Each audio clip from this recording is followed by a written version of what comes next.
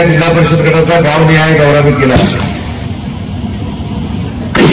आणि तो गावनिहाय दौरा केल्यानंतर आमच्या सगळ्यांचं असं ठरलं की जिल्हा परिषद गटाचा देखील मेळावा करायचा आहे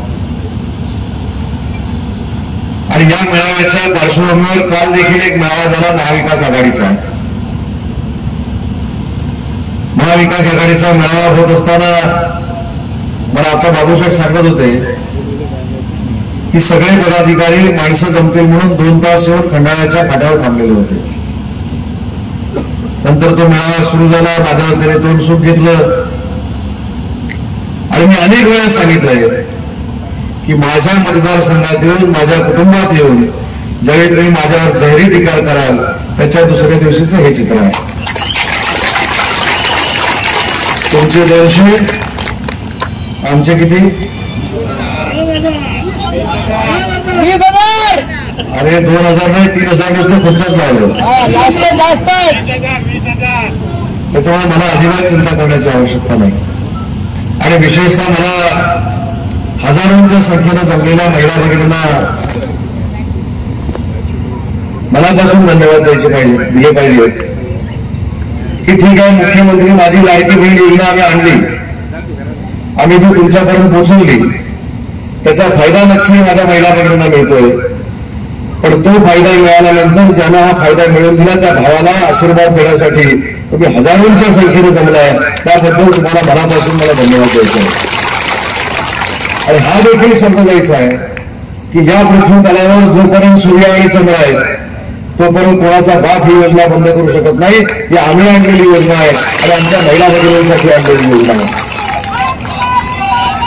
त्याच्यामुळे महिला भगिनींना मला विनंती करायची आहे की 20 तारखेला तुमचा भाऊ हा विधानसभेच्या निवडणुकीला उभा आहे।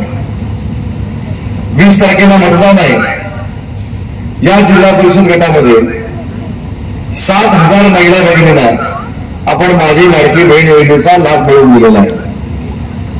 आपल्याला या मतदारसंघामध्ये जर खरंच 1.25 लाखाचं मताधिक्य मला द्यायचं असेल तर आपल्या भावासाठी 20 तारखेला कुणी निमंत्रण दिलं कुणी नाही निमंत्रण दिलं तरी स्वतःहून बाहेर पडा आणि जर स्वतःहून तुम्ही बाहेर पडलात तर या जिल्हा परिषद गटाची माझी मतमोजणी 7,000 पासून सुरू होणार आहे आणि समोरच्याची 0 पासून सुरू होणार आहे।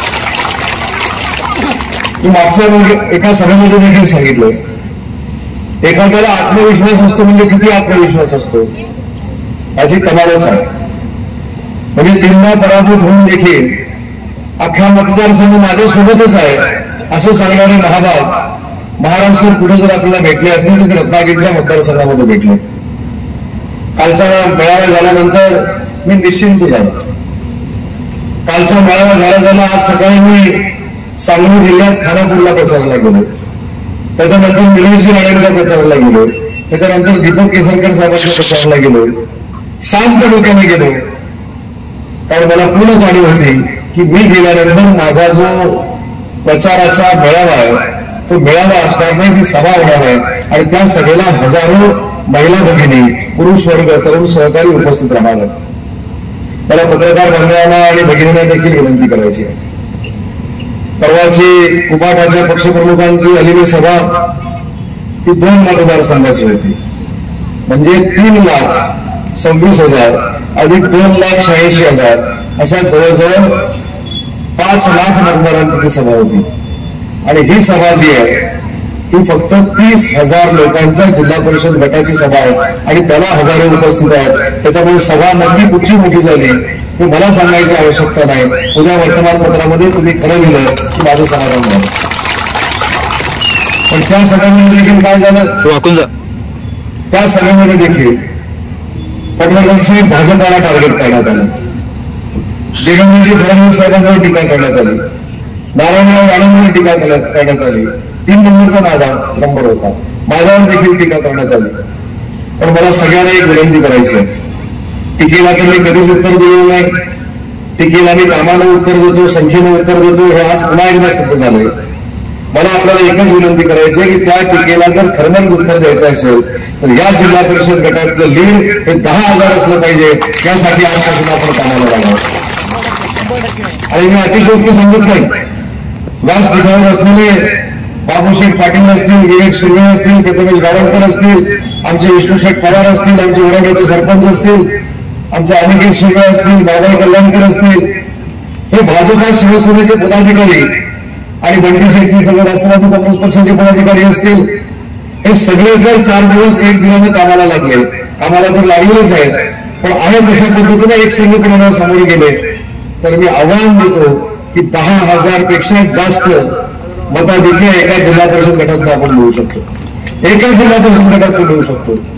तुम्ही येताना एक मत जरी घेऊन आला, एक मत जरी तुम्ही येताना 20 तारखेला घेऊन आला, तरी आपली 12 ते 13,000 मतं झाली. आणि पुढे 10,000चे मताधिक्य मिळवायचं असेल तर मला मुस्लिम बांधवांना विनंती करायची आहे की हे सगळं बघून आपण देखील याच्यामध्ये सामील झालं पाहिजे. कारण तुमच्या मच्छीमारांच्या अडीअडचणीसाठी कोण जर धावला असेल तर उदय सामंतच धावला, याची नोंद देखील आपल्या सगळ्यांकडे असणं गरजेचं आहे. आज या जिल्हा परिषद गटाने जे भरभरून मला दिलेलं आहे, भरभरून प्रेम दिले, भरभरून आशीर्वाद दिले, हेच आशीर्वाद कायमस्वरूपी माझ्या राजकीय जीवनामध्ये राहावे यासाठी निवडून आल्यानंतर या जिल्हा परिषद गटात एकही विकासाचं काम मी शिल्लक ठेवणार नाही, हा देखील या सभेच्या निमित्तानं मी आपल्याला शब्द देतो. पण कधी कधी मला आश्चर्य देखील वाटतं की माझ्या राजकीय जीवनाची सुरुवात मी 1999 सालामध्ये केली. 2004ला मी पहिल्यांदा आमदार झालो, सलग 4 वेळा आमदार झालो, आज 5व्यांदा मी निवडणूक लढवतो. पण याच गणपतीपुळ्यामध्ये त्या व्यासपीठावरचे अनेक मंडळी त्याच्यामधले होते, सुदेश नाईकर त्याच्यातले प्रमुख आहेत. याच गणपतीपुळ्यामध्ये आम्ही युवकांचे शिबिर घेतले होते. त्या युवकांच्या शिबिराला व्यासपीठावर 30 लोक आणि आमचे भाषण ऐकायला 15 लोक होते.